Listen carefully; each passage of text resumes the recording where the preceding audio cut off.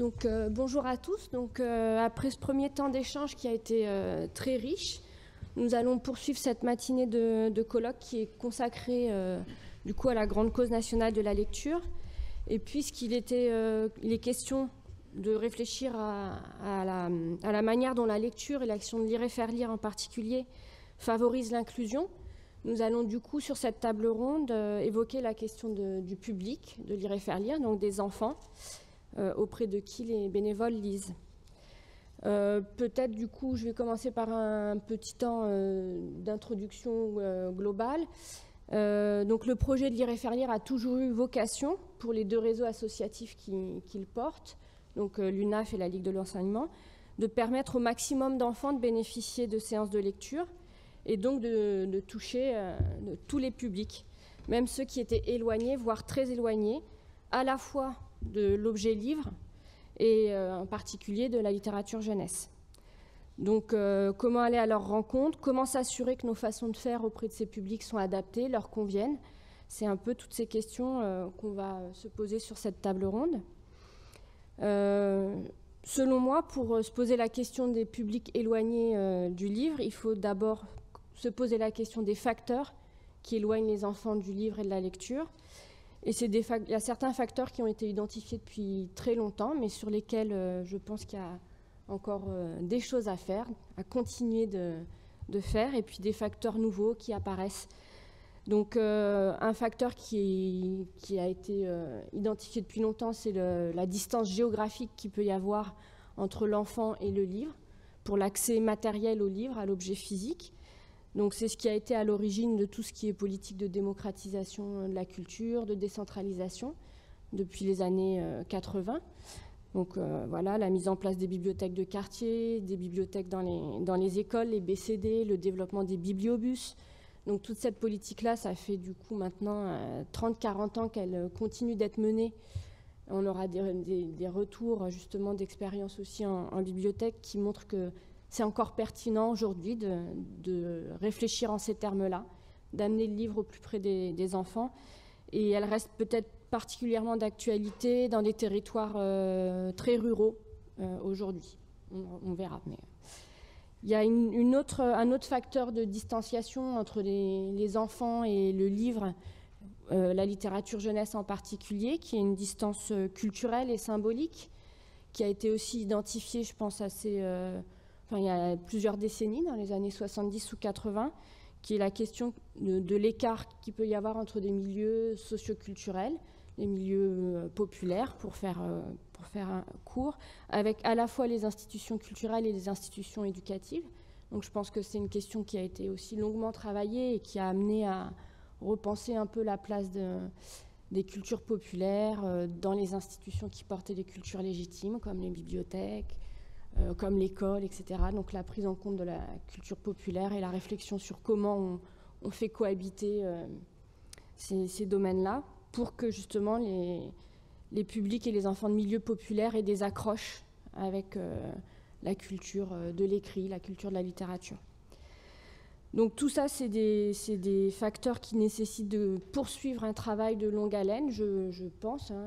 Ça réapparaîtra dans les échanges, mais il ne faut pas abandonner, même s'il y a des victoires il y a des succès dans ce domaine-là. Et je dirais qu'aujourd'hui, dans les échanges que j'ai pu avoir aussi bien avec les intervenantes qu'avec les bénévoles que j'ai rencontrés sur des temps de formation, il y a des nouvelles problématiques qui apparaissent et qui vous préoccupent, qui préoccupe aussi les professionnels du livre et de l'éducation. C'est la question de la distance linguistique, puisqu'on voit apparaître de plus en plus un public pour qui le français n'est pas la langue maternelle, donc des enfants allophones sur le territoire français, dans des dispositifs d'inclusion à l'école, dans les médiathèques. Donc ça questionne beaucoup sur comment faire pour rapprocher le livre de ces enfants-là, quand il n'y a pas la langue en partage. Et aussi quelque chose qui a été souligné par les intervenants dans les échanges, mais je pense qu'il rejoint des préoccupations des bénévoles, c'est la concurrence croissante qu'il y a en termes d'offres culturelles pour les enfants. Et on parle assez facilement de la concurrence des contenus multimédia et du temps passé sur les écrans, ça préoccupe beaucoup. Et effectivement, c'est aussi un élément qui entre en ligne de compte dans la façon dont on peut travailler la question de rapprocher les enfants du livre et de la lecture quand on sait qu'ils vont être attirés par une offre culturelle beaucoup plus diversifiée et large qu'avant. Ça, voilà, c'était pour un peu vous dire que dans cette table ronde, on va essayer d'aborder tout ça en même temps. Voilà. Pour aborder tous ces aspects, on accueille du coup aujourd'hui 3 personnes, 3 femmes, qui vont du coup pouvoir dialoguer autour de cette même problématique, mais avec depuis des endroits différents, puisqu'on a l'école qui va être représentée, la lecture publique, les bibliothèques, et puis lire et faire lire. Donc on accueille Bertille Delabroise, qui représente le ministère de l'Éducation nationale. Elle a un point de vue du coup national sur l'ensemble du territoire, mais elle a une approche assez singulière puisqu'elle occupe la fonction de conseillère livre et lecture au sein d'une mission éducation artistique et culturelle au ministère de l'Éducation. Donc c'est un travail qui est récent, qui s'est mis en place depuis juin, voilà, depuis quelques mois. Et la particularité, c'est d'introduire dans l'institution de l'école une approche d'éducation artistique et culturelle de la lecture. Et du coup, la lecture comme pratique culturelle, et d'aller au-delà de la question de l'apprentissage de la lecture, au sens très scolaire. Et donc, ça couvre de la maternelle au lycée, l'éducation nationale. On accueille aussi Florence Schreiber, du coup, qui est responsable des partenariats pour l'ensemble du réseau de lecture publique du territoire de la Plaine Commune. Donc, pour vous situer, la Plaine Commune, c'est une intercommunalité qui est composée de 9 communes, dont 3 qui sont limitrophes de Paris. Et c'est un territoire qui compte 440 000 habitants. Une superficie de 47 km², je vous dis ça pour que vous représentiez, c'est une densité de population de plus de 9 000 habitants en km², avec beaucoup de quartiers prioritaires. Le réseau de lecture publique en lui-même compte 22 médiathèques, 2 bibliobus, c'est ça ?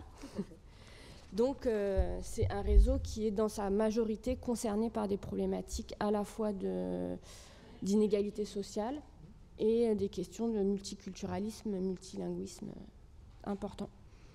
Et on accueille bien sûr une coordination Lire et Faire Lire pour dialoguer. Donc Myriam Beauchamp, qui est salariée de Lire et Faire Lire 31. Donc c'est l'association qui anime et qui développe le programme Lire et Faire Lire sur la Haute-Garonne. C'est une association qui a une spécificité aussi, puisqu'elle a été créée dès 2003. Et elle a, dès son origine, affirmé sa dimension sociale, puisqu'elle a inscrit son action dans ses statuts même, dans le cadre de la prévention de l'illettrisme. Donc c'est un peu l'ADN aussi de l'association, c'est un marqueur fort. C'est une coordination assez importante qui compte presque 500 bénévoles, c'est ça, répartis sur 200 structures et qui touche, quand il n'y a pas le Covid, plus de 10 000 enfants. Donc elle intervient à 70% sur le territoire de la métropole de Toulouse et elle a une action aussi en territoire rural. Voilà, donc c'était pour commencer par vous présenter les 3 intervenantes. Et je voulais du coup, pour entrer en matière, dans un premier temps, leur poser à chacune la question des modes d'action et des modes d'intervention auprès des publics éloignés du livre, quels que soient justement les facteurs d'éloignement. Donc qu'est-ce qu'elles mettent en place comme action, ou qu'est-ce qu'elles valorisent, qu'est-ce qu'elles connaissent comme action, qu'est-ce qu'elles identifient comme action, voilà. Et peut-être aussi avoir un peu en tête quelles sont des actions anciennes qui ont marché, qui continuent de marcher, des actions nouvelles qu'on dirait innovantes, etc. Donc, je ne sais pas, je propose peut-être de commencer par l'éducation nationale pour que vous... Oui, alors nous, dans le cadre de la lecture Grande Cause nationale, on a identifié 4 points en particulier sur lesquels on compte mettre le poids pour tous les élèves, y compris les élèves éloignés de la lecture, et surtout les élèves éloignés de la lecture. Le premier, c'est la généralisation du quart d'heure lecture, qui est un temps suspendu dans un établissement où tous les êtres humains de l'établissement s'arrêtent et ouvrent un livre pendant 15 minutes. C'est un dispositif qui nécessite une vraie préparation parce que où prendre ce quart d'heure, quel cours, quelle récréation, quel temps de pause va être raccourci et qui nécessite pour tenir sur un temps long et que pour que ce ne soit pas toujours les élèves qui lisaient déjà qui continuent à lire, donner un accès aux livres avec des partenariats avec les bibliothèques municipales, avec le CDI bien sûr, et pour avoir une véritable offre du livre. Donc voilà, la généralisation du quart d'heure lecture. Le deuxième point qui est vraiment propre à l'éducation artistique et culturelle, c'est la rencontre avec les auteurs. Regina Achondo vous en a parlé tout à l'heure. On va mettre en place plus d'une centaine de résidences d'auteurs, en particulier dans les établissements ruraux et REP plus, c'est vraiment notre priorité, à partir du collège. Donc des résidences d'auteurs les auteurs auront 70% de leur temps réservé à la création, 30% devant élèves. Ça va permettre sur un temps long de montrer aux élèves qu'un auteur est quelqu'un de vivant, de quelqu'un d'accessible et que la création n'est pas réservée à un temps révolu, à un temps à part. Voilà. On va aussi multiplier les masterclass qui seront sur un temps plus court de 2 heures et qui pourront être financés par quelque chose qui va se mettre en place à partir de janvier. C'est le Pass Culture à partir de l'école, avec une part collective qui pourra être utilisée par les professeurs justement dans le cadre du livre pour financer ces masterclass, et une part individuelle à partir du lycée. Qui sera relativement modeste par rapport au Pass Culture, plus de 18 ans, qui a 300 € par élève. Là, on sera à 30 € par élève par an. Voilà, donc le deuxième axe fort, c'est cette rencontre avec les auteurs. Notre troisième axe, c'est d'utiliser les nuits de la lecture. Et je crois que Lire et faire lire est déjà très actif dans ce cadre-là, d'utiliser les nuits de la lecture pour mettre en valeur la constellation d'actions déjà mises en place dans les écoles, les collèges et les lycées autour du livre et de la lecture. Voilà, on a un dispositif au sein de l'Éducation nationale qui s'appelle Adage et qui permet à toutes les écoles de recenser leurs actions par thématique d'EAC, et notamment le livre et la lecture. On s'aperçoit que les offres sont extrêmement riches, très variées, et ce dispositif nous permet de voir quel est le parcours de chaque élève. C'est vraiment un parcours individuel d'EAC. Voilà. Et il y a un quatrième point mais qui ne me revient plus, mais ça va revenir. Vous m'aviez parlé aussi justement de tout ce qui concernait le renforcement justement des BCD en milieu rural aussi. Qu'est-ce qui a un peu présidé à ce programme Alors depuis 3 ans, il y a un programme de renouvellement des collections des bibliothèques d'école qui a été mis en place, et en particulier pour les bibliothèques rurales, avec un montant de 2,5 millions d'euros par an. Donc c'est vraiment très conséquent. Et voilà, parce qu'on s'est aperçu que les fonds existants étaient très anciens, peu renouvelés. Donc c'est vraiment un axe prioritaire en ce moment. Et du coup, aussi, dans les dispositifs que vous allez déployer au niveau national, c'est des dispositifs qui se sont nourris d'observations ou de constats sur ce qui justement pouvait fonctionner ou faciliter ou... Alors, le quatrième point me revient, je le dis tout de suite, c'est le renforcement de la lecture à voix haute. On s'est aperçu que la lecture à voix haute, la lecture lue aux élèves, comme vous le faites, et la lecture pratiquée par l'élève était vraiment excellente, notamment pour les élèves éloignés du livre et qui ne se sentaient pas suffisamment à l'aise pour avoir une lecture personnelle.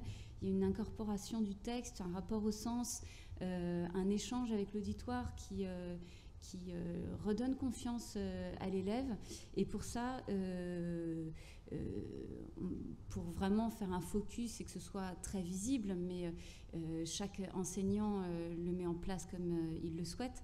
Nous soutenons en particulier 2 concours dont a rapidement parlé Régina Tchondo, mais nous le faisons depuis le départ. C'est les petits champions de la lecture pour le CM1 et le CM2. Et si on lisait à voix haute avec la grande librairie pour le collège et les lycées. Et l'avantage de ces concours aussi, c'est que pour que les élèves choisissent leurs livres, il faut les emmener à la bibliothèque, il faut avoir de bons partenariats avec les bibliothèques. Quant aux 4 pistes que l'on a choisi d'appuyer cette année, il y a un rapport qui est sorti sur le goût de la lecture, l'impact des associations et de la politique EAC sur le goût de la lecture qui est sorti cet été par des inspecteurs généraux de l'éducation nationale et des bibliothèques. Et voilà, ces quatre points ont été inspirés par ce rapport. Et un 5e point que je n'avais pas prévu d'évoquer, mais je vous dis tout de suite, c'est justement de nourrir, de mieux évaluer et de nourrir nos partenariats avec les associations en lien avec le ministère de la Culture pour qu'il y ait une cohérence dans l'usage des fonds publics et des politiques publiques. Et donc la mission EAC, du coup, s'est beaucoup rapprochée du ministère de la Culture. Du coup, au niveau national, c'est structuré beaucoup en réseau, l'éducation nationale, autour de domaines. Donc l'EAC, c'est un champ en soi. Vous avez des conseillers d'éducation artistique et culturelle dans les inspections. Il y a du coup aussi des réseaux qui existent, le réseau d'éducation prioritaire, pour les quartiers prioritaires et les enfants du coup qui sont en difficulté scolaire, après avec des dispositifs qui existent, et aussi un réseau à destination des enfants allophones, les classes UP2A, CASNAV, etc. Comment du coup les choses peuvent s'articuler au niveau national et pour s'assurer que les dispositifs là qui vont être déployés bénéficient en particulier à des enfants qui sont en difficulté. Alors, les CASNAV ne reçoivent pas les élèves, mais les identifient. Et les élèves allophones bénéficient dans les classes UP2A d'un renforcement de l'apprentissage de la langue française. Et le principe, c'est le principe de l'inclusion. Ils font partie de classes, j'allais dire, normales et bénéficient comme les autres du coup de l'éducation artistique et culturelle. Ils sont emmenés comme les autres dans les bibliothèques, des livres leur sont proposés. L'accompagnement des familles est par contre plus important. Les écoles, notamment avec les problèmes de la langue, accompagnent de plus près les familles, mais les élèves en eux-mêmes n'ont pas une offre supplémentaire vers la lecture, puisqu'ils en bénéficient au sein de la classe. Justement, peut-être pour faire la transition, on peut peut-être en parler avec la coordination Lire et Faire Lire de ces publics-là, alors que ce soit les publics de quartiers prioritaires ou les publics... quelle action vous mettez en place, depuis combien de temps, qu'est-ce qui a été renouvelé, qu'est-ce qui fonctionne, qu'est-ce qui ne fonctionne pas aussi? Bonjour. Alors nous, historiquement, comme tu le rappelais tout à l'heure, Marie, depuis le début de Lire et Faire Lire 31 en Haute-Garonne, on va vers les quartiers prioritaires puisqu'on a été sollicité par la ville de Toulouse sur la politique de la ville pour aller majoritairement vers ces quartiers à Toulouse. Donc ça représente maintenant presque 30% des interventions qu'on fait sur Toulouse.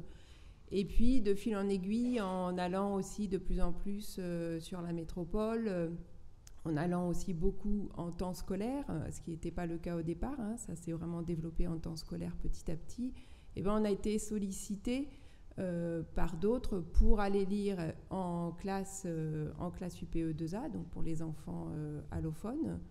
Et ça représentait presque une quinzaine de classes avant l'épidémie. Là, on revient petit à petit, mais bon, c'est vrai que c'est plus complexe maintenant.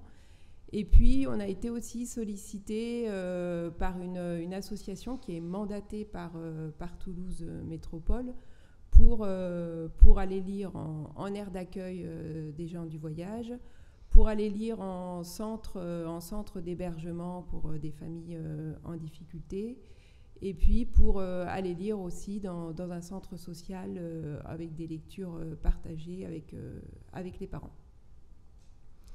Est-ce que du coup, tu peux nous expliquer plus justement comment l'action Lire et faire lire classique se déploie quand c'est justement dans des structures un petit peu différentes? Alors là, c'est vraiment des temps qui ne sont pas tout à fait de la lecture classique Lire et faire lire, comme on peut faire tous dans nos coordinations, hein. On est des bénévoles déjà qui ont envie d'aller lire dans ces lieux-là, hein, puisqu'on n'oblige évidemment personne à aller lire en classe UPE2A ou en aire d'accueil des gens du voyage. Donc déjà, il faut mobiliser les bénévoles. Bon, pour certains, ils rentrent aussi dans l'association pour ça. Donc du coup, c'est plus simple d'y aller.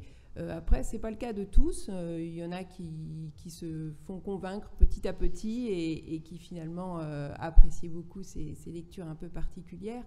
C'est souvent des lectures préparées, vraiment préparées. Elles sont toujours préparées, les lectures Lire et faire lire, mais là, qui sont particulièrement préparées. Je pense notamment aux lectures qu'on fait en classe UPE2A, puisqu'on a mis en place un atelier spécifique pour les bénévoles, pour surtout les recherches de livres, hein, que lire à des enfants qui connaissent pas tous, qui connaissent pas bien le français, qui connaissent le français en plus à des niveaux différents, mais qui sont pas pour autant des tout petits.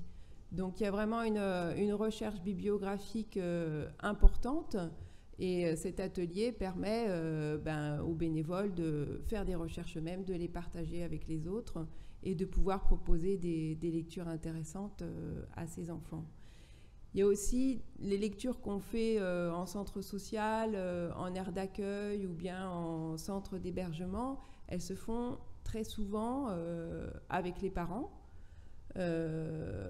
qui sont présents à ces lectures, qui ne lisent pas eux-mêmes, hein, mais qui sont présents. Donc c'est aussi comment essayer de voir comment on peut organiser des séances de lecture partagée qui accueillent aussi ces parents qui se sentent aussi impliqués dans ce moment de partage de lecture, et comment après, s'ils le souhaitent ou pas, mais ce n'est pas le but premier de ces lectures avec les parents, prendre ensuite pour eux, à leur façon, avec leurs possibilités, avec leur langue, de voir ensuite s'ils veulent continuer ces temps de lecture avec leurs enfants s'ils le peuvent. Voilà, donc c'est quand même des façons de faire qui ne sont pas dans la lecture classique Lire et faire lire qu'on peut faire régulièrement dans une école ou dans un ALAE tout au long de l'année. Justement, par rapport au choix d'albums, pour le public qu'on trouve dans les classes UP2A, c'est des enfants qui sont plus grands, mais en difficulté avec le français. Donc, est-ce que tu peux nous dire à peu près quelle tranche d'âge? Et du coup, qu'est-ce que ça pose comme question dans le choix des albums à lire, puisque... Alors, nous, c'est des enfants, les enfants qu'on voit, ils sont au niveau élémentaire, hein, donc 6 ans, 10 ans, en gros. Bon, après, parfois, c'est des enfants qui sont un peu plus grands parce que ils arrivent et qui ne connaissent pas du tout le français, donc il leur faut le temps aussi d'acquérir la langue. Et c'est les classes donc, qui réunissent avant qu'ils soient ensuite mis dans les classes qui correspondent à leur niveau, qui les permettent de réunir des enfants qui sont donc dans cet apprentissage du français. Et la difficulté pour trouver les livres, c'est que on peut pas lire des livres pour tout petits, puisque c'est des histoires qui ne les concerneraient pas ou qui trouveraient trop bébés. Donc, c'est vraiment essayer de chercher des livres qui donnent une grande part à l'image, mais aussi quand même au vocabulaire. Donc, trouver des livres qui permettent à la fois d'avoir ce support de l'image pour que l'enfant, pour que l'élève comprenne de quoi il s'agit, mais aussi qui amène aussi une richesse littéraire qui va pouvoir ensuite capter au fur et à mesure de l'année.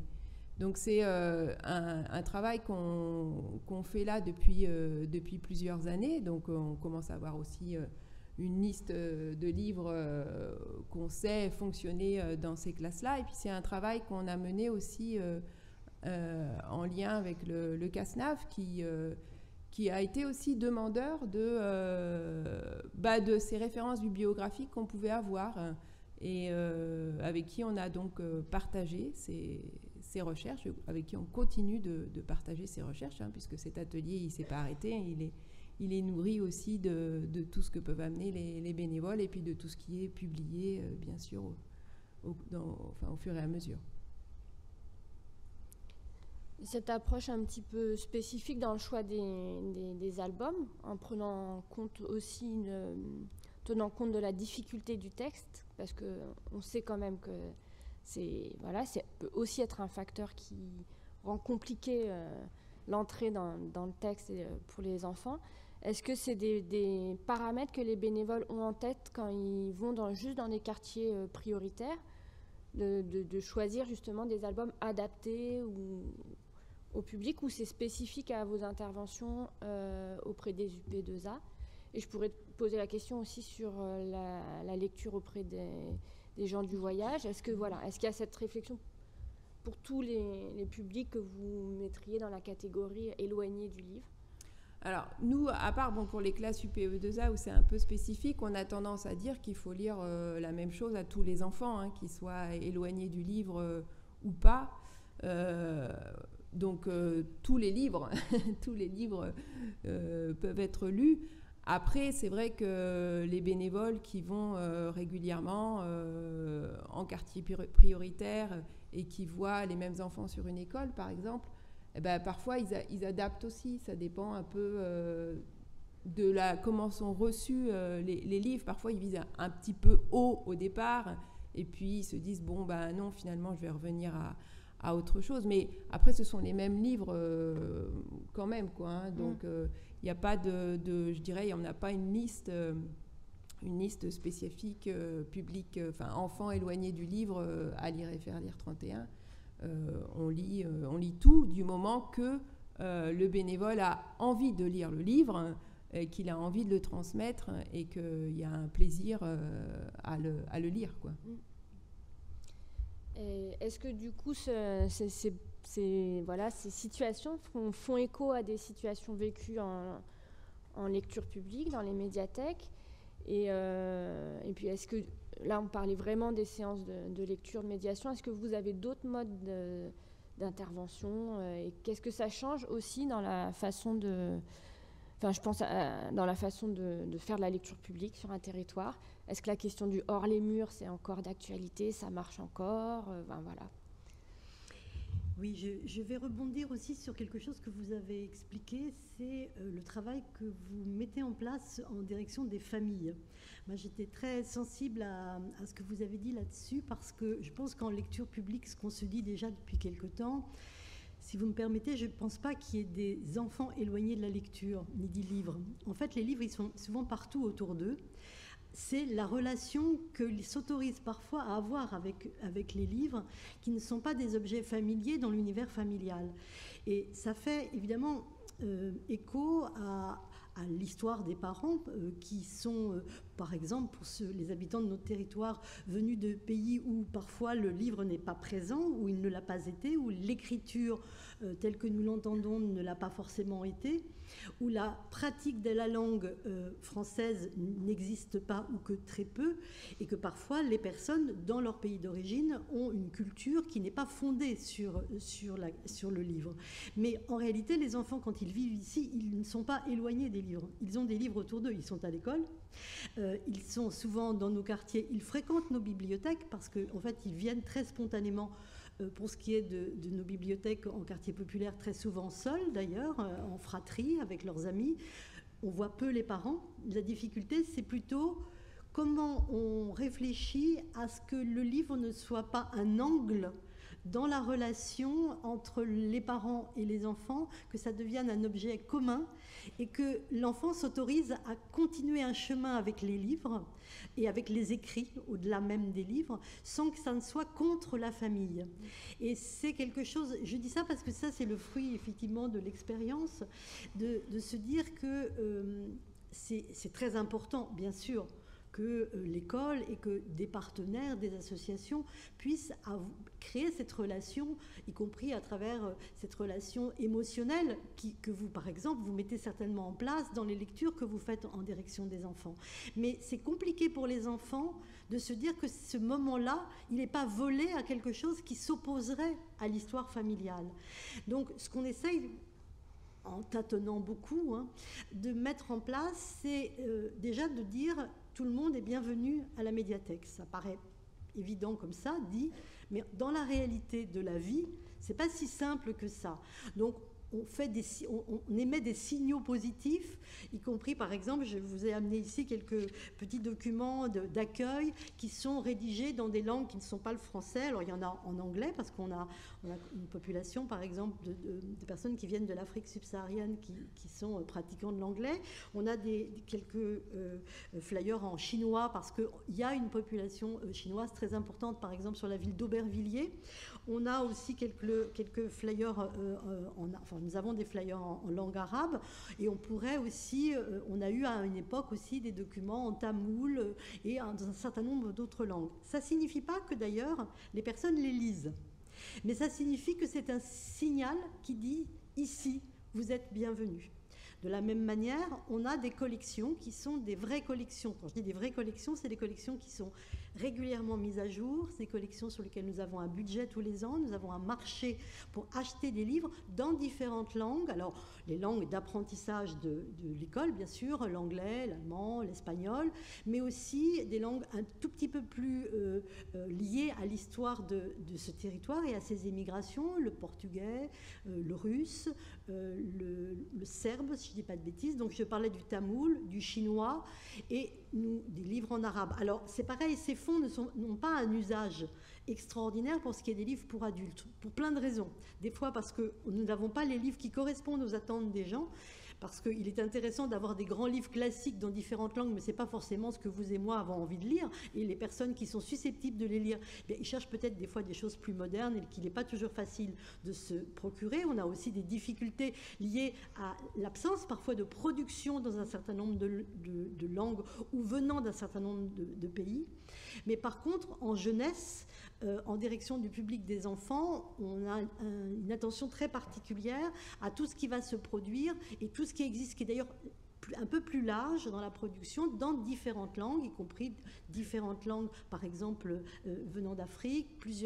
On a quelques ouvrages bilingues kabyle-français, par exemple, ce qui existe plus rarement en littérature pour adultes, etc.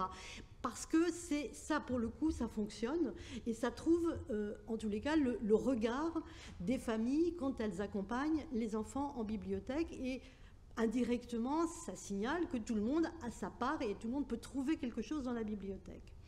Donc cette idée de l'accueil familial nous semble très important. Et ça s'est concrétisé dans un projet dont je vous parle quelques minutes, qui est un projet qui est en train de se terminer, pour rebondir, qui s'est développé sur 3 ans avec des soutiens financiers de la politique de la ville, qui ont permis de croiser l'accueil de familles allophones, des univers de création contemporaine de 3 artistes sur 3 ans, et donc avec des expositions qui ont aussi profité au-delà de ces familles allophones, des ateliers de création qui, autour d'imagiers, puisque c'était ça, ça s'appelle Imaginaire Imagier, c'est autour des imagiers qu'on avait fondé ce projet, parce que l'imagier a un gros avantage, c'est que souvent il est très beau, vous le savez, depuis une vingtaine d'années, l'édition et les artistes qui construisent des ouvrages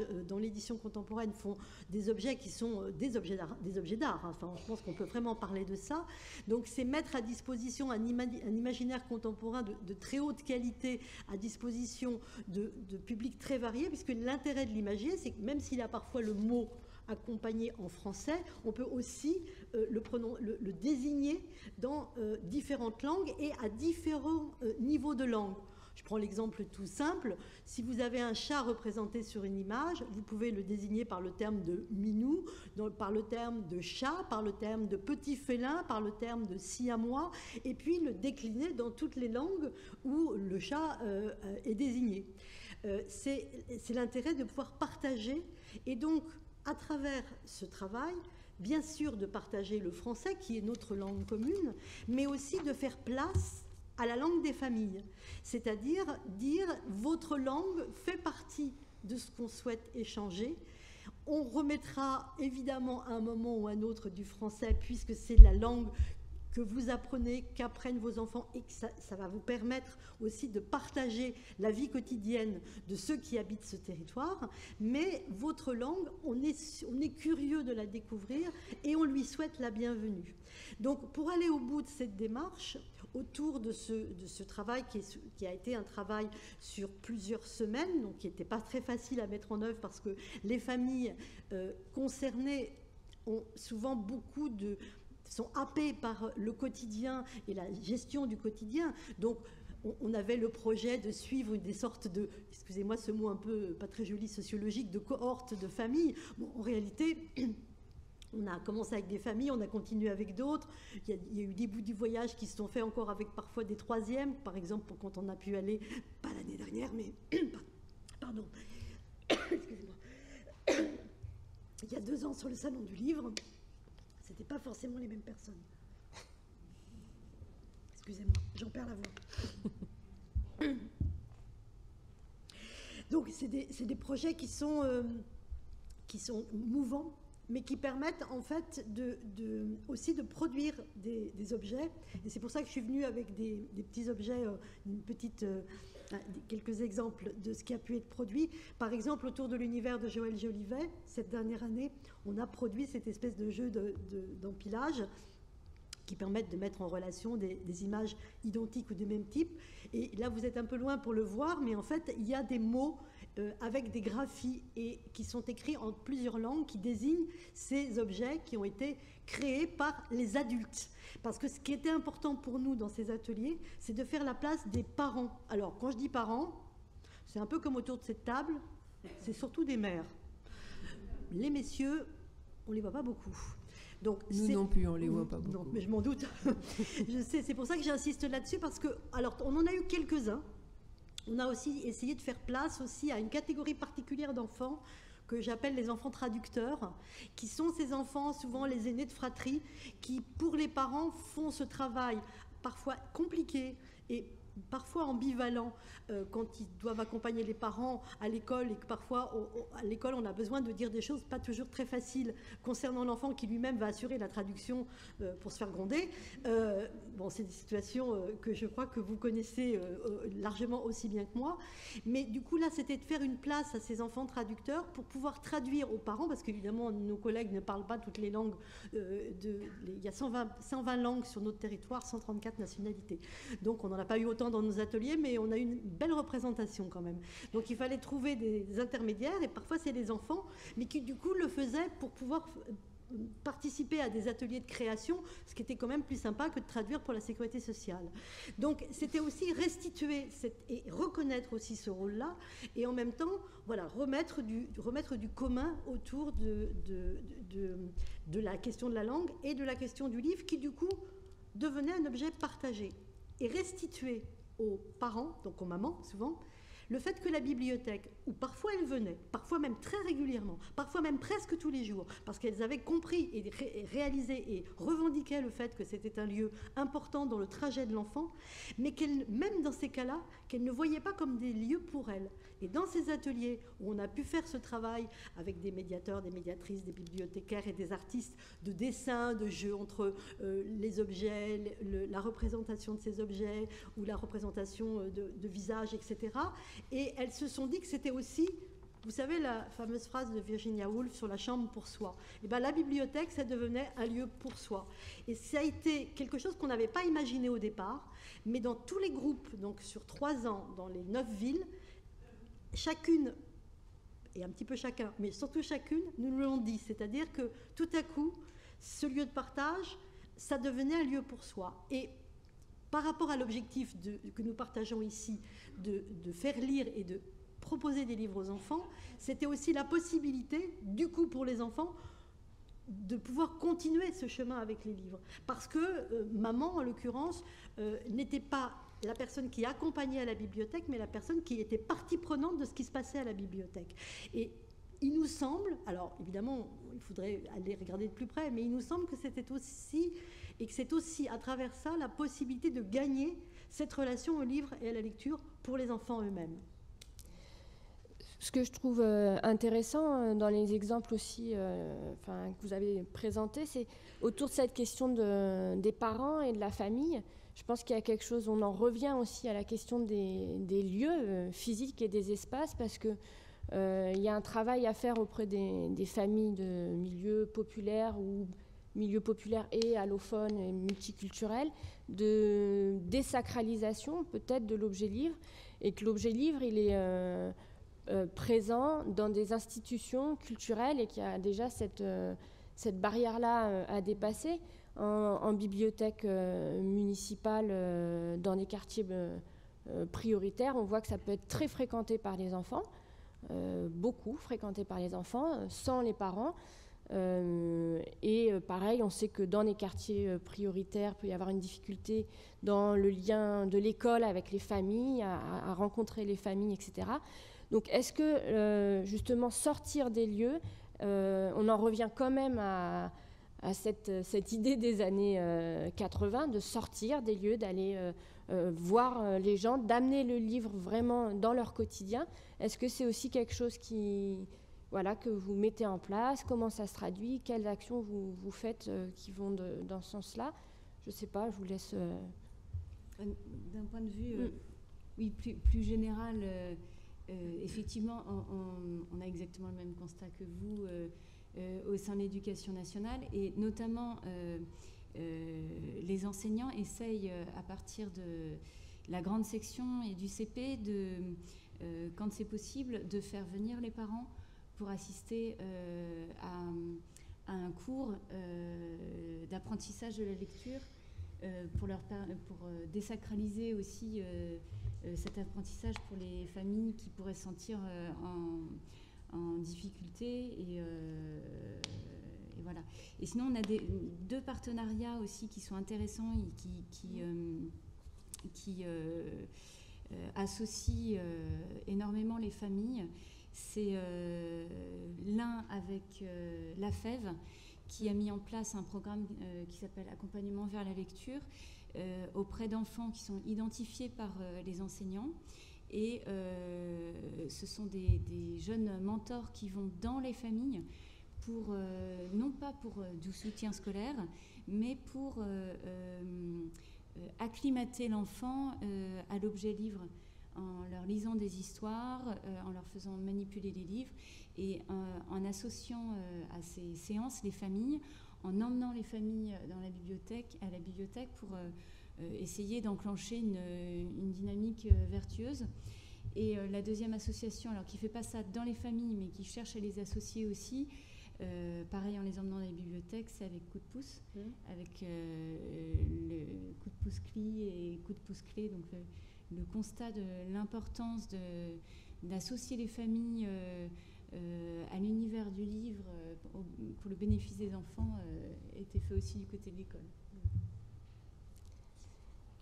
Sur la question d'aller vers les parents, oui, et sortir des lieux, enfin là de l'école pour nous, hein, c'est primordial sur ces lectures, notamment en aire d'accueil. Hein, si on n'allait pas dans l'aire d'accueil, il n'y aurait pas de livres, sinon de lecture en tout cas. Donc y aller au cœur même, c'est primordial. Alors après, il ne faut pas se leurrer non plus, on n'a pas 50 mamans à l'aire d'accueil, hein, mais les quelques-unes qui peuvent venir, qui des fois n'osent pas trop s'asseoir, mais regardent quand même un petit peu comme ça ce qui se passe et voient surtout que leur enfant a l'air d'éprouver du plaisir à ces lectures, voilà, c'est formidable pour nous, quoi. Donc ce temps-là un peu suspendu où l'enfant écoute une histoire, la maman voit que ça lui plaît et voilà.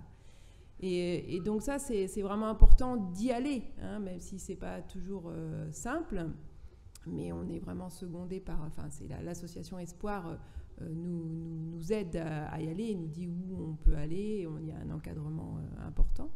Et puis au centre d'hébergement aussi, si on n'y allait pas, c'est pareil, il y aurait quelques livres dans la salle commune des activités, mais le fait qu'un bénévole, même des bénévoles viennent avec des livres qu'ils ont choisis, qu'ils ont envie à un moment de partager avec les enfants et les mamans et les parents, c'est quelque chose d'extrêmement important. Ça crée le lien, on va vers eux, quoi. Et au centre social, souvent, il y a un petit goûter avant, donc qui permet aussi d'échanger de façon informelle avant ce temps de lecture et qui renforce aussi le lien. Cette notion-là cette notion de moment suspendu, ça renvoie aussi un petit moment gratuit. Ça renvoie à ce que vous disiez aussi, quelle place on peut donner à une séance de lecture dans des vies aussi qui peuvent être très pleines, chargées, où les gens ne s'accordent pas forcément le temps de lecture, surtout si c'est déconnecté de l'apprentissage scolaire et que voilà, donc je voulais aussi Oui, il y a une notion d'autorisation qui est très importante là, c'est-à-dire faire le pas de côté qui permet d'avoir l'oreille ouverte sur quelque chose qui parfois vous trouble aussi, parce que la question de la lecture, on en a discuté quand on a préparé cette rencontre avec Marie. Moi, je fais partie d'une catégorie de bibliothécaires qui est un peu méfiante sur la notion de plaisir de lire. Ça peut vous paraître bizarre, mais en fait, je trouve que lire, c'est des fois dangereux. C'est des fois inquiétant, c'est des fois se confronter à des univers qu'on ne connaît pas. C'est d'ailleurs ça qui est intéressant. Mais il faut accepter cette dangerosité. Il faut accepter cette notion-là. Alors, pour la rendre un peu plus acceptable, je parle d'aventure. C'est-à-dire que l'aventure, il y a des jours, c'est super, c'est sympa, il fait beau, on court dans le pré, on monte sur la montagne. Puis il y a des jours, il y a de l'orage, puis il y a des crevasses, il y a des choses plus compliquées, ça râpe un peu, beaucoup. Donc, il y a des temps où on ne peut pas accepter qu'on vous lise des choses. Parfois, on vous lit des choses qui vous renvoient à quelque chose qui vous trouble. Je pense tout à l'heure, quand je suis arrivée, j'ai entendu que quelqu'un à la table ronde précédente parlait de la notion politique de la lecture. Et moi, je suis très sensible à cette notion-là. Parce que je pense que de temps en temps, l'idée de politique, c'est aussi l'idée de ce qui vous apprend des choses sur le monde. Et le monde, il n'est pas toujours marrant. Et vous apprenez aussi des choses sur vous-même qui ne sont pas toujours très simples, et y compris à travers le conte, à travers des lectures qui paraissent parfois pour d'autres relativement innocentes. Mais c'est aussi ça l'intérêt de la lecture. Et par rapport au choix des livres, ce que j'ai aussi entendu d'une manière très intéressante à la table ronde précédente, c'est-à-dire l'importance d'aller vers des imaginaires qui disent autre chose du monde que peut-être des choses déjà répétées, qui présentent aussi une vision du monde dans sa diversité, dans sa complexité, et parfois dans ses aspects pas toujours évidents. Mais il faut pouvoir avoir l'oreille qui s'ouvre à ça. Donc, il y a des temps différents. C'est pas toujours au même moment. Il faut accepter aussi qu'il y a un recul de la part des enfants quand on lit certaines histoires. Il faut aussi oser proposer des choses qui font débat. Oser proposer des choses avec lesquelles on n'est soi-même pas toujours en accord. Des choix esthétiques, des conclusions d'histoire qu'on met, alors évidemment selon l'âge des enfants, à disposition de l'enfant pour lui dire « Et toi, t'en penses quoi ?» Des fois, c'est très amusant. Moi, j'ai fait l'expérience de lire des histoires en disant, écoutez, moi, je vais vous lire ce livre, je vais vous présenter ce livre. Il y a des trucs qui ne me plaisent pas là-dedans, mais j'aimerais bien en parler avec vous. Et en général, ça suscite beaucoup d'intérêt de la part des enfants. Quand l'adulte dit, je ne suis pas sûre que voilà, ça, ce dessin-là, qu'est-ce que tu en penses? Il y a beaucoup de couleurs sombres, mais ah oui, mais c'est bien, c'est intéressant pour ça. Enfin bon, susciter aussi l'apprentissage, j'entendais ça tout à l'heure aussi, ce qu'on apprend des enfants aussi dans une lecture partagée. Il y a des fois des choses en feedback qui sont très intéressantes. Et puis ensuite, pour répondre à la question initiale de Marie sur ce qu'on va faire en dehors de nos murs, oui, c'est nécessaire. On ne peut pas rester, par exemple, dans les murs de l'école, dans les murs de l'endroit où on reçoit les enfants habituellement. Il faut se décentrer un peu, aller à l'extérieur. Donc, depuis le début de ma carrière, qui est très très loin derrière moi maintenant, effectivement le hors les murs ça a toujours été intéressant, et du hors les murs qui amène des livres qui permettent de raconter ailleurs, mais aussi d'être parfois et aujourd'hui accompagné d'autres choses que des livres.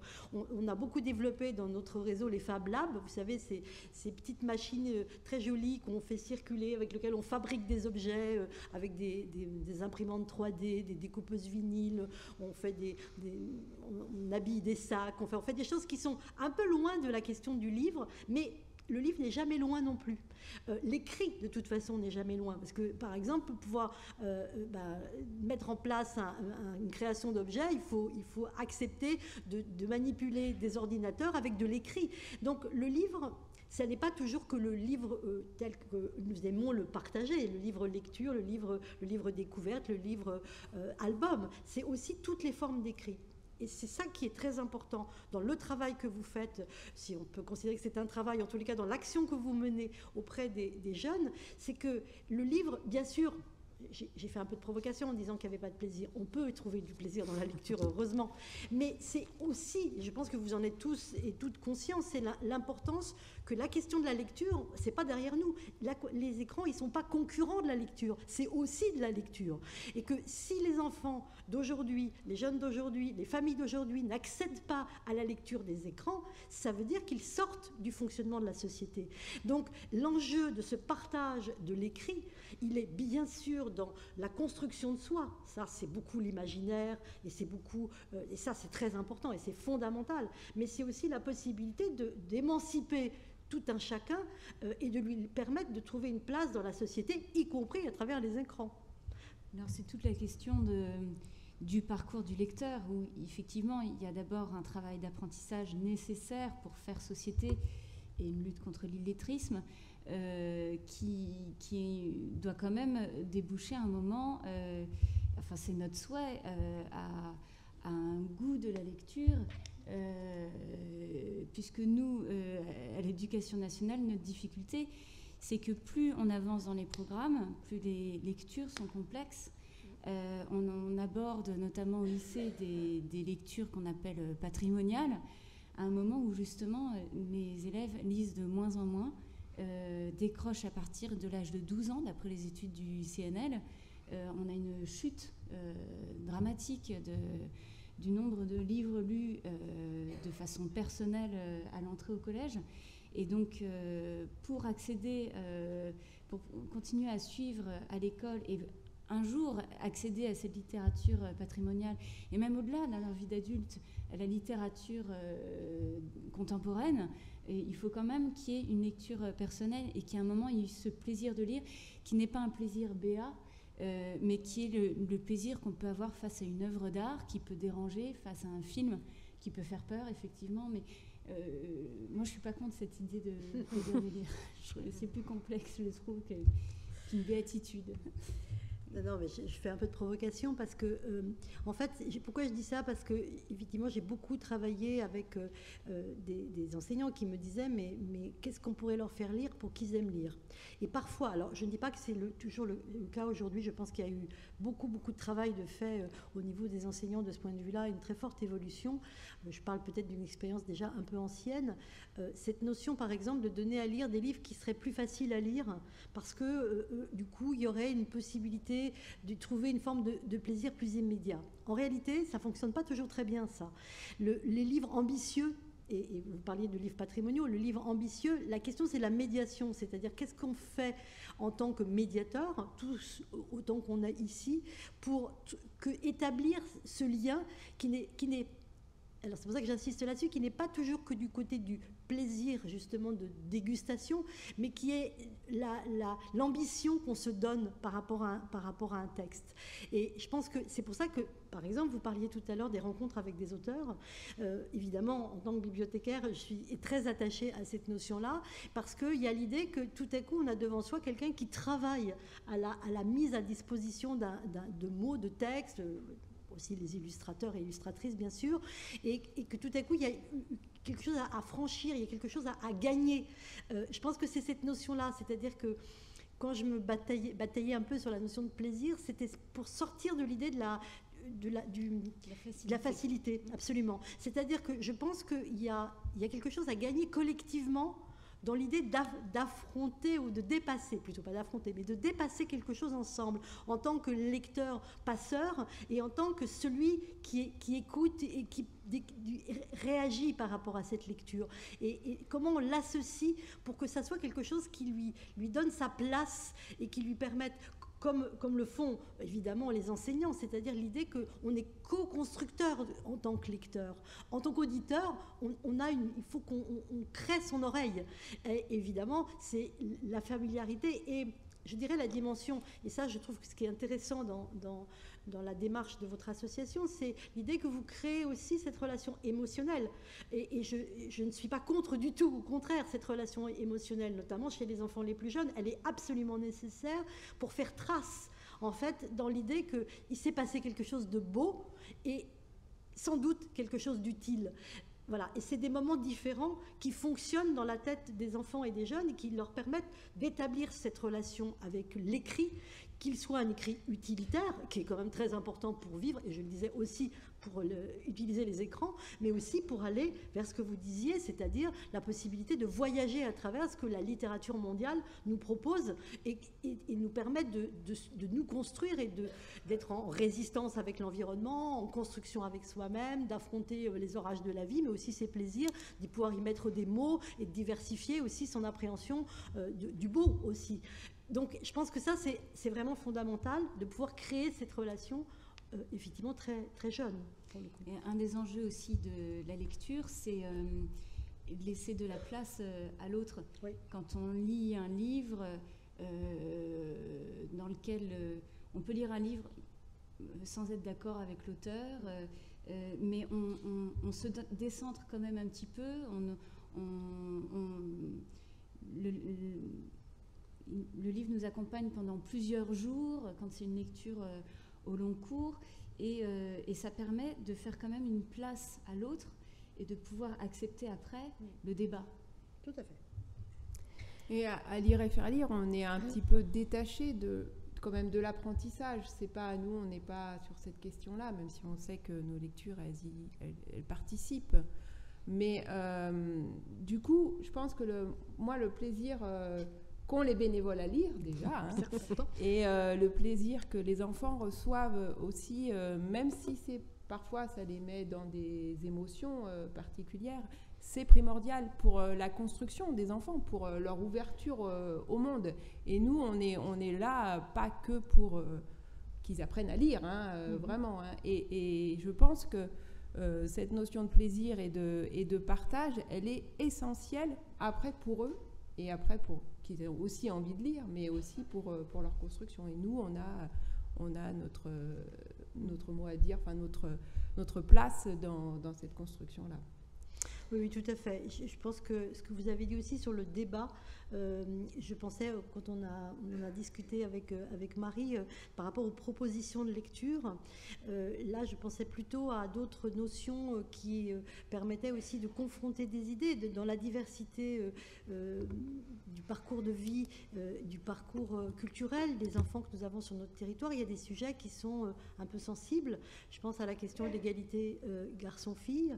Il y a des questions qui mérite qu'on s'y attache, en fin de compte, c'est comment on traite ces questions quand les familles n'ont pas forcément la même approche culturelle de ces questions. Donc on essaye aussi de faire des propositions. On propose par exemple aux enseignants, aux éducateurs des malles de livres sur les questions de l'égalité. On en a fait sur les 3 niveaux, on va dire les maternelles, élémentaires et petits collégiens, parce que aussi on se dit que c'est intéressant de proposer des livres qui font débat, par exemple, et qui avec lequel l'ensemble des bibliothécaires qui les proposent, certains ne souhaitaient pas les proposer, ou disaient que c'est pas intéressant, ou c'est pas intéressant pour ça, ou c'est pas tout à fait bien écrit, ou le sujet n'est pas abordé comme il faut. Mais il y avait évidemment suffisamment d'intérêt dans le livre pour qu'il puisse nourrir la question du débat. Et ça nous paraît aussi une démarche très importante de solliciter cette notion dont vous parliez, et qui, évidemment, on le voit, on le sait, avec les événements que nous vivons depuis quelques années, ou en tous les cas qu'on vit de manière plus forte depuis quelques années, parfois de manière ultra violente, de susciter cette idée qu'on peut débattre sans se battre, et que c'est très important, et que ça passe aussi, justement, parfois même simplement autour du partage de plusieurs versions de certains contes, par exemple, avec des esthétiques ou des façons de rédiger le conte en question qui va être différent, et toi, qu'est-ce que tu préfères, ah bon, pourquoi, et argumente, voilà, et qu'est-ce que tu trouves là-dedans. Enfin, il y a toute cette notion aussi de la petite librairie, pour reprendre le titre d'une émission, c'est-à-dire là on fait la petite librairie avec la grande librairie, que le livre est aussi un objet de discussion aussi, et qu'on a le droit d'avoir un avis, y compris pour dire qu'on n'aime pas, et que c'est pas celui-là qu'on a envie de continuer à lire. Je crois que c'est important de permettre aussi aux enfants de dire « Ah non, ton histoire là, franchement, ça me va pas, quoi ». Ce que je retiens aussi de ces échanges, là, dans cette partie-là, c'est cette notion de parcours de lecteur. Et je pense qu'en fait, chacun de notre point de vue, on participe à ce que l'enfant se construise ou aille vers une pratique culturelle de la lecture qui s'approprie. Donc quand on en revient à la question des publics éloignés, on sait que l'enjeu, il est encore plus, il se place encore plus à ce niveau-là, parce que même ils vont peut-être plus décrocher à un certain âge, ou bien c'est une pratique de lecture qu'ils vont avoir que dans le cadre scolaire, et puis ça va jamais être réapproprié dans le cadre familial, sur des temps de loisirs, etc. Donc je pense qu'on œuvre un peu tous dans la même direction.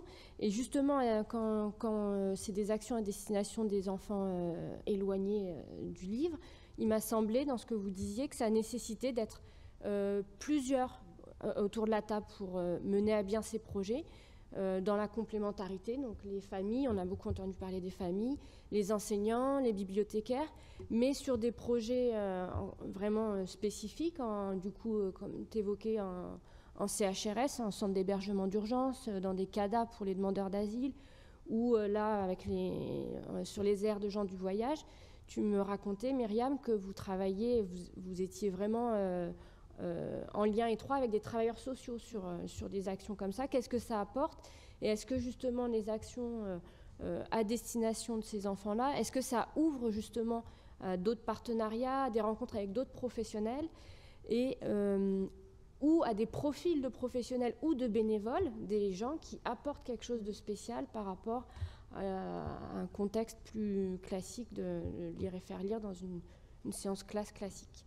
C'était un petit peu cet aspect-là. Et peut-être, comme je vois quand même que le temps file, c'était à la fois, est-ce qu'on rencontre d'autres professionnels ou des professionnels qui ont d'autres profils en médiathèque, ou des bénévoles qui ont d'autres appétences, et dans cette constellation un peu particulière, pour travailler avec des enfants un peu plus particuliers, quelle place a le bénévole lire et faire lire, et qu'est-ce que ça apporte de spécifique, un bénévole lire et faire lire à côté d'un bibliothécaire, un travailleur social, un enseignant, etc. C'était un petit peu cet aspect-là que je voulais qu'on voit maintenant. C'est vrai que nous, ces lectures-là, elles peuvent se faire que parce qu'on est en partenariat avec d'autres associations, ou le CASNAV, ou la ville de Toulouse qui nous fait confiance pour aller lire dans les quartiers prioritaires. Après, ce que ça amène, moi, ce que je trouve valorisant aussi pour l'association, c'est qu'on fasse appel à nous, que donc des travailleurs sociaux ou des politiques estiment qu'on a notre place auprès de ces enfants-là et qu'on peut apporter quelque chose. Le fait que après ce qu'amènent les bénévoles, moi j'aime bien que ce soit des bénévoles de tous horizons qui aillent dans ces lieux-là, parce que s'il y avait que ceux qui avaient été travailleurs sociaux eux-mêmes pendant leur activité, ce serait un peu dommage. Il y en a bien sûr qui n'arrivent pas à couper ou qui ont envie de poursuivre autrement, et tant mieux, parce qu'ils amènent aussi une expertise. Mais c'est bien que ce soit d'autres personnes toutes fraîches qui n'ont pas nécessairement travaillé dans ce milieu-là et qui amènent autre chose. Et je pense que c'est aussi pour ça qu'on fait appel à nous, parce que on est les bénévoles, ils sont peut-être déjà ils ont du temps, hein, bon, ça c'est pour toutes les lectures, quels que soient les enfants, mais ils sont peut-être aussi détachés du résultat. Enfin, je veux dire, ils ont plaisir à aller lire, et ce que leur amènent les enfants leur procure aussi beaucoup de plaisir. Mais on n'est pas dans... Voilà, on n'évalue pas, on se dit pas, telle famille va falloir... Non, souvent on ne connaît pas bien les situations des familles de toute façon, donc on arrive, les enfants pour nous ce sont les mêmes, donc voilà, donc on n'est pas dans cette analyse que peut avoir la personne qui est le travailleur social, qui déjà lui connaît des situations difficiles, voilà. Nous on est frais, voilà, donc du coup détaché aussi de ça, et je pense que c'est ça aussi qui fait qu'on nous appelle, quoi. Et puis il y a aussi une certaine expertise des bénévoles en littérature de jeunesse, parce que à force, on commence à en connaître un rayon quand même, et c'est vrai que je pense que les gens qui sont dans ces assos, qui s'occupent des familles ou sur les aires d'accueil, elles n'ont pas le temps, d'aller lire, de lire des livres pour enfants, d'aller en bibliothèque, alors que le bénévole, si, il a le temps, puis en plus il aime faire ça. Et donc, il finit par avoir aussi tout un panel de livres. Et donc, on arrive avec des livres qu'on connaît, qu'on a envie de lire. Et ça, c'est un atout. Et puis, sans parler de ce que je disais tout à l'heure, hein, pour les classes UPE2A, où là, on fait des recherches vraiment spécifiques. Donc, je pense que c'est ça qui fait qu'on nous appelle. Vous aussi en lecture publique, du coup, quelle complémentarité avec d'autres professionnels? Est-ce que ça amène à rencontrer, à travailler avec d'autres professionnels? Est-ce qu'il y a des profils en médiathèque de professionnels spécifiques pour intervenir auprès des publics éloignés? Alors, effectivement, évidemment, on travaille beaucoup avec l'éducation nationale, avec les centres de loisirs. Tous les dispositifs dont vous avez parlé, on est souvent en soutien, ils me parlent de tous, en fait, que ce soit y compris avec des associations intermédiaires comme la FEV, dont vous parliez, qui est très présente chez nous, notamment à Saint-Ouen et à Villetaneuse, qui développe beaucoup de mentorat, y compris dans nos lieux, et avec des propositions de livres qu'on peut leur faire éventuellement. C'est un exemple, hein, mais effectivement, on collabore aussi à des associations qui sont des associations qui ne sont pas des associations nationales, mais qui se développent. Il y a un réseau associatif très fort en Seine-Saint-Denis, et il y a dans beaucoup de villes des associations qui se mêlent, on va dire, d'une manière ou d'une autre, de questions culturelles et notamment de livres et lectures, et peu ou prou, on se trouve partenaire avec eux. On est aussi dans des partenariats, par exemple, on est en train de développer, on a beaucoup développé des partenariats avec des structures qui sont intermédiaires avec l'éducation nationale, notamment je pense à toutes ces structures qui s'occupent des enfants dits décrocheurs, d'une part, d'enfants aussi, alors là je parle du côté de la justice, d'enfants qui sont en difficulté, suivis pour des questions judiciaires, des fois pour des choses assez complexes, dans des réseaux de remédiation, par exemple, avant procès. Enfin, on suit des cas individuels ou des petits groupes. Enfin, ça dépend évidemment des villes et des partenariats. Et puis, il y a une galaxie d'associations et de structures, maisons de quartier, centres sociaux, qui, en fait, collaborent, je dirais, depuis très longtemps maintenant avec les médiathèques, accueillent dans leur lieu un certain nombre d'activités, ou collaborent par exemple autour de ce projet Imaginaire Imagier que je vous ai rapidement brossé. C'est des choses qui se sont construites avec des PMI, avec des écoles qui avaient un souhait particulier de développement autour des questions linguistiques avec les parents allophones, avec des structures des maisons de quartier, je le disais, des centres sociaux, etc. Donc c'est c'est extrêmement divers le type de fonctionnement. En revanche, il y a des partenaires qu'on a beaucoup de mal, en fait, à susciter. Vous l'imaginez bien, on est au cœur du projet des Jeux Olympiques 2024, la Seine-Saint-Denis. On a beaucoup de mal à travailler avec les associations sportives. On a du mal à se trouver, c'est un peu historique, même si on se cherche de temps en temps. C'est des choses plus ponctuelles. Mais on a plus de mal.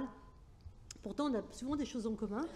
Et parfois, il y a des structures associatives qui viennent en fait entre nous, qui nous permettent éventuellement d'imaginer des partenariats. Par exemple, une association qui s'est développée sur recevoir des services civiques européens pour aussi partager la question linguistique, par exemple l'apprentissage de l'anglais à travers le sport, et qui du coup collabore avec nous. Et en fait, on retisse des choses, vous voyez, un peu à plusieurs bandes, si je puis dire, avec des associations qui nous permettent de refaire projet commun autour de l'écrit, des livres, de la culture en général, des questions linguistiques dont j'ai parlé. Donc ça prend des formes assez diverses, en fait, et puis qui évoluent beaucoup avec le temps et avec les projets aussi du territoire lui-même. C'est pour ça que je citais l'exemple des Jeux Olympiques, qui va évidemment être une préoccupation extrêmement importante pour la Seine-Saint-Denis, pour Plaine Commune, puisque dans Plaine Commune, il y a Saint-Denis notamment. Donc voilà, on est un peu au cœur du chaudron pour ce qui concerne la question sportive. Donc on cherche aussi avec des structures qui sont des structures de notre établissement public territorial, comment collaborer et faire circuler des malles de livres autour. Par exemple, cet été, on a fait circuler dans plein de projets des malles autour du Japon, puisque les Jeux Olympiques étaient au Japon. Donc on a développé aussi des activités, toutes sortes d'activités de type manuel, de différents types autour du Japon, en écho avec ce qui était les préoccupations sportives de ce territoire. Donc on essaye aussi d'aller regarder ce que font les autres et comment on peut éventuellement contribuer à leur projet à notre place et du coup rencontrer bien sûr le livre, la lecture, les enfants au milieu de tous ces croisements. Par exemple, nos collègues de la cellule JOP, Jeux Olympiques et Paralympiques, font des activités et dotent de prix un certain nombre d'enfants et de jeunes du territoire, et elles s'adressent à nous, c'est encore des femmes par hasard, elles s'adressent à nous pour nous demander: est-ce que tu peux nous aider à construire une bibliographie de livres qu'on pourrait acheter qui serait intéressant sur tel et tel aspect de ce projet. Et voilà, on est aussi partie prenante de ce genre de collaborations qui paraissent très éloignées au départ comme ça du cœur de notre discussion d'aujourd'hui, mais qui en fait nous y ramènent, puisque ce sont des livres qui sont remis soit à des classes participantes à des jeux, à des projets, etc., des parcours, soit à des enfants de manière individuelle. Voilà, c'est un exemple parmi d'autres. Au sein de l'éducation nationale, je fais le lien, mais je pense que ça pourra faire l'objet d'une prochaine table ronde sur un prochain colloque. Je viens de réaliser qu'on n'a pas du tout inclus dans la question des publics éloignés les enfants à besoins particuliers, à besoins spécifiques. Et l'actualité de cette rentrée, c'était qu'il y a eu aussi du coup un peu des focus sur les personnels AESH dans les écoles. À l'éducation nationale, est-ce que justement cette question de l'éducation artistique et culturelle autour du livre, est-ce que vous l'envisagez aussi avec d'autres acteurs au sein de l'école, autres que les enseignants? Alors là, je pense aux AESH, mais il y a des psychologues scolaires, voilà. C'était une question comme ça. Alors moi, dans ma partie éducation artistique et culturelle, le développement du livre et de la lecture, c'est avec des partenaires complémentaires de l'école. C'est-à-dire qu'on va proposer des projets aux enseignants pour aider à susciter le goût du livre avec des partenaires qui viennent de l'extérieur. Donc il y a vous-même, Lire et faire lire, tout le travail associatif avec les grandes associations du livre et de la lecture et de l'écriture, avec le Labo des Histoires, Lecture Jeunesse, des grands partenariats avec la FNAC pour le Goncourt des lycéens, le Festival international d'Angoulême pour le Fauve des lycéens, pour la bande dessinée. Et voilà, ce que je fais au sein de l'éducation artistique et culturelle, c'est vraiment des partenariats avec l'extérieur. Et du coup, à terme, parce que c'est une mission qui est en construction, un déploiement des partenariats avec justement des acteurs vraiment d'autres champs champ social vraiment? C'est des choses qui sont envisagées avec d'autres professionnels justement, ou c'est pas encore... Alors je vous avoue que pour le moment, au sein de l'Éducation nationale, ça va vraiment être lié à la lutte contre l'illettrisme et pas encore lié à l'EAC, mais c'est un champ de développement, oui. Un de nos partenaires que je n'ai pas cité, alors qu'il est très présent évidemment pour toutes sortes d'activités, c'est le Salon du Livre et de la Presse Jeunesse, que vous connaissez sans doute, qui se déroule à Montreuil depuis plus de 30 ans maintenant. Donc on est partenaire aussi. Voilà. Et qui est un partenaire évidemment indispensable. C'est avec eux qu'on crée les expositions des artistes que l'on reçoit dans nos activités et dans les parcours dont j'ai parlé tout à l'heure par exemple, et même avant ça et au-delà, on emmène régulièrement des familles au salon, faire des rencontres ou visiter le salon tout simplement.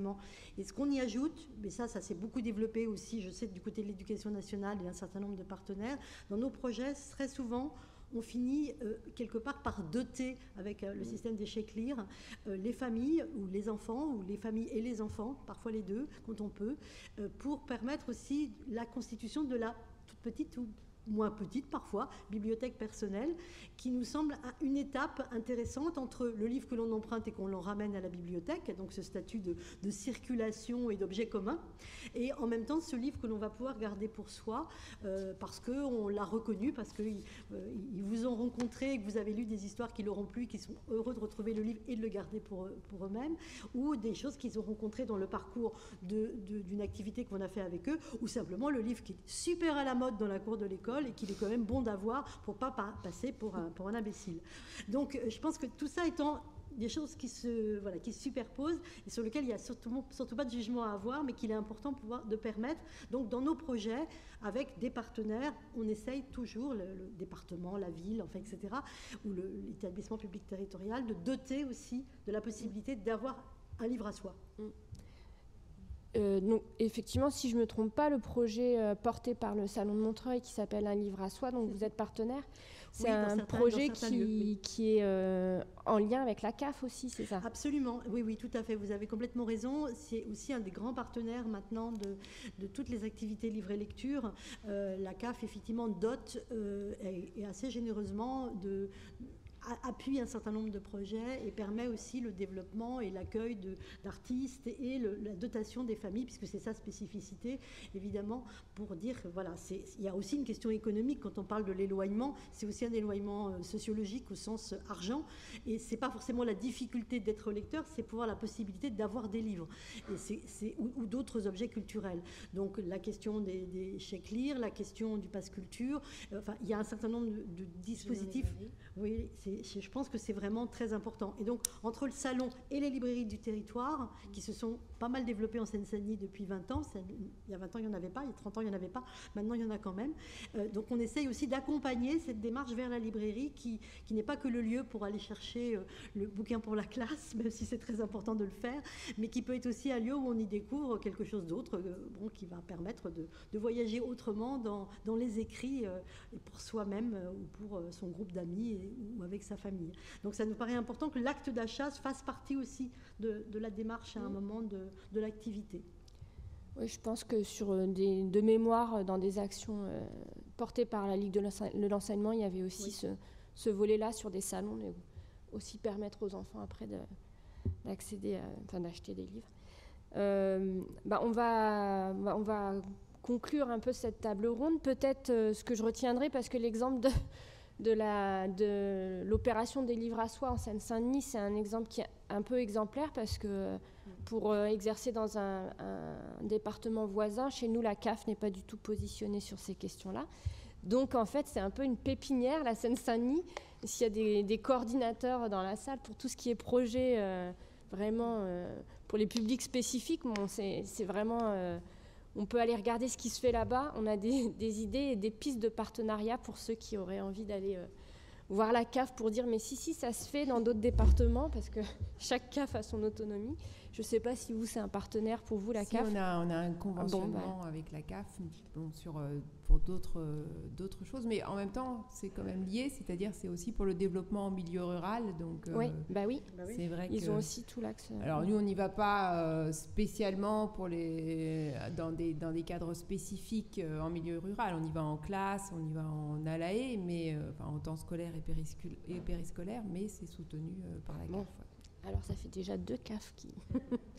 Bon, du coup, je voulais vous remercier toutes les 3. J'ai trouvé que c'était très riche.